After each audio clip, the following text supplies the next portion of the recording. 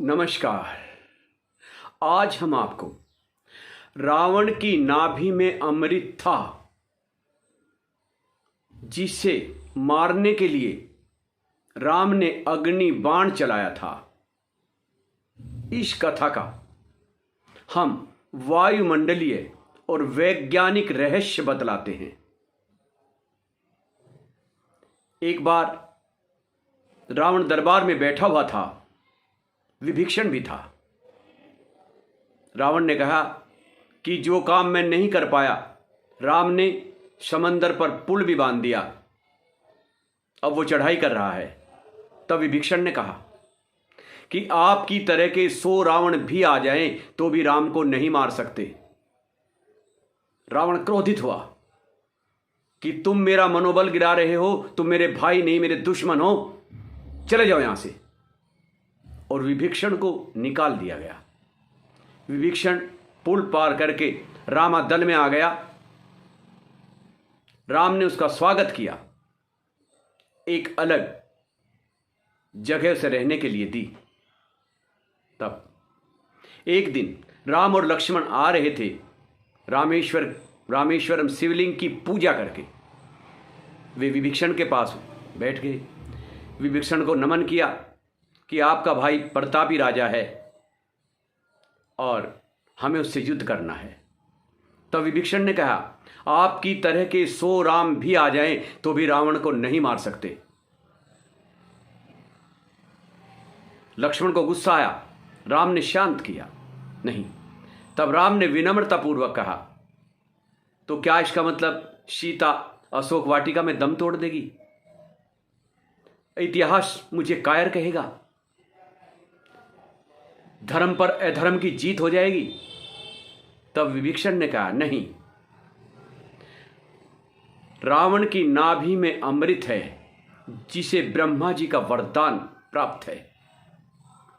आप एक काम करो, आप एक यज्ञ कराओ। रावण डेली यज्ञ करता है और कोई गरीब से गरीब आदमी भी उसके पास जाता है तो उसके यहां भी वो हवन करने जाता है, यज्ञ करने जाता है। आप किसी भी तरीके से वहां पर जाओ और रावण से अपने यहां बुलाकर एक यज्ञ हवन करवाओ। दोनों भाई चल दिए, जाके साधु वेश में थे, कोई पहचान नहीं पाया, बाहर खड़े हो गए और रावण की न्याय प्रणाली देखकर दंग रह गए। राम ने कहा कि ये तो बहुत न्याय प्रतापी राजा है। फिर भी वे दोनों साधु वेश में थे, गए, नमन किया। रावण ने कहा, बोलिए। उन्होंने कहा कि हम समंदर पार आपसे एक यज्ञ हवन कराना चाहते हैं। उन्होंने कहा, रावण ने कहा कि मुझे क्यों चुना है, दुनिया भर के ऋषि मुनि हैं। अगर जी हम ये चाहते हैं कि आप जैसे प्रतापी राजा के हाथ से हवन हो जाए तो हमारा जीवन सफल हो जाए। उसने कहा, ठीक है, मैं कल आता हूँ। उसने सामग्री लिखवा दी, हवन में ये सामग्री चाहिए, सामग्री तैयार कर ली। पुष्पक विमान से रावण रामादल में आ गया। वहां पर देखा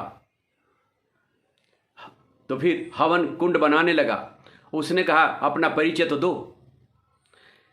तो राम ने कहा, मैं दशरथ पुत्र राम हूं और ये मेरा छोटा भाई लक्ष्मण है। रावण को हैरत तो हुई, लेकिन फिर भी वो तो निडर है, तीनों लोकों में सबसे ज्यादा ताकतवर है। उसने कहा, लेकिन हवन वेदी पर तो पत्नी के साथ बैठा जाता है और आपकी पत्नी तो मेरे पास है। उसने कहा, राम ने कहा कि मैंने मिट्टी की सीता बनाई है। तब रावण ने कहा, नहीं, जब रावण हवन करेगा तो सीता असली की होगी। 2 मिनट रुकिए। पुष्पक विमान में बैठता है, सीता के पास जाता है और सीता से कहता है कि तुम्हारा पति मुझसे यज्ञ करा रहा है, आप पुष्पक विमान में बैठिए और चलिए। सीता ने कहा, कभी तो सच बोल लिया करो। उसने कहा, ये सच है। सीता बैठ जाती है, रामादल में आती है, यज्ञ शुरू होता है। सीता धीरे से राम के कान में कहती है कि यज्ञ के बाद दक्षिणा देने का विधान है, आपके पास दक्षिणा देने के लिए क्या है? उसने कहा मेरे पास तो कंदमूल के सिवाय कुछ है नहीं। तो धीरे से उसने सीता ने अपना एक आभूषण निकाला और राम को दिया। यज्ञ पूरा हुआ। जब पूर्ण आहुति होती है तो एक विधान है कि जितने लोग भी वहाँ उपस्थित होते हैं सब आखिरी संविधा देते हैं। जब आखिरी संविधा देने का समय आया तो विभीषण भी बाहर आया और विभीषण को देखकर रावण चौंक गया। तब कहा मन ही मन कि घर का भेदी लंका ढाए। उसने यानी रावण ने राम को विजयी भव का आशीर्वाद दिया, लेकिन आशीर्वाद तो दे दिया, तुरंत रावण के मन में एकदम करंट सा दौड़ गया कि ये मैंने क्या कर दिया।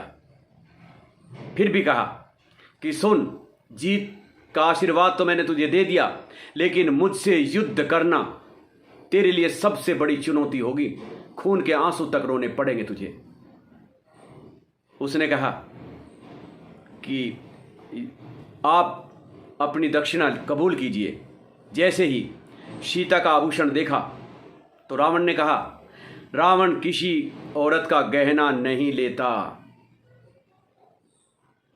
मुझे कंदमूल ही काफ़ी हैं। कंदमूल लेके कहने लगा तुम्हारी सीता तुम्हारे पास है, इसे रख सकते हो, लेकिन युद्ध जारी रहेगा।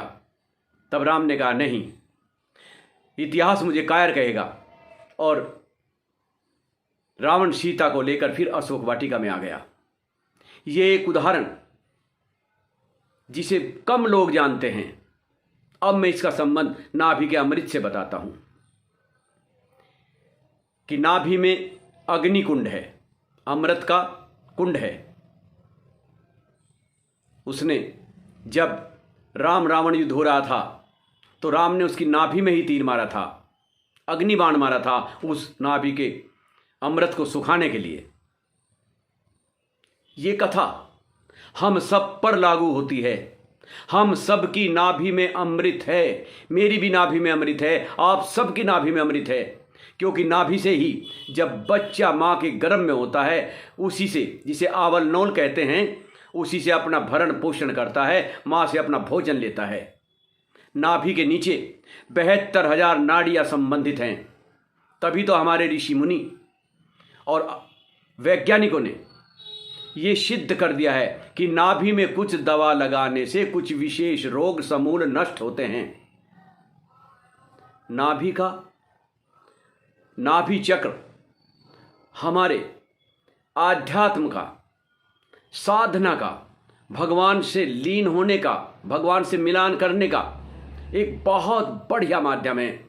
जब इंसान अपनी समाधि में बैठता है और अपने सांस के आवाजावन पर, आने जाने पर ही ध्यान केंद्रित रखता है, तब नाभि से एक ऊर्जा का प्रादुर्भाव होता है जो हमें समाधि तक ले जाता है, जो हमें परमात्मा से मिलन कराता है। जीते जी हम परमपिता परमात्मा के दर्शन तक कर लेते हैं। आप सब के अंदर भी नाभि के अंदर अमृत है।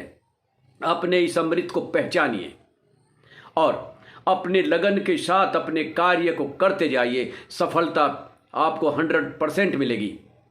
सफल जीवन जीना ही जीवन का मूल उद्देश्य है। असफल जीवन जीना कायरता है। मेरा आप सभी लोगों से हाथ जोड़कर निवेदन है, अपने अंदर की नाभि की ऊर्जा को पहचानिए जो हमें आध्यात्मवाद के पराकाष्ठा तक ले जाती है और हम जीते जी ईश्वर में लीन होकर अपने कार्य को सिद्ध करते हैं। समर्पण भाव हमारे अंदर नाभि से उत्पन्न होकर मस्तिष्क की ऊर्जा से बढ़ता है।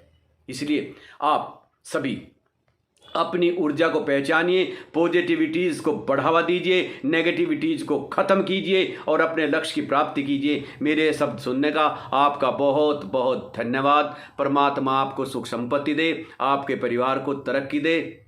धन्यवाद।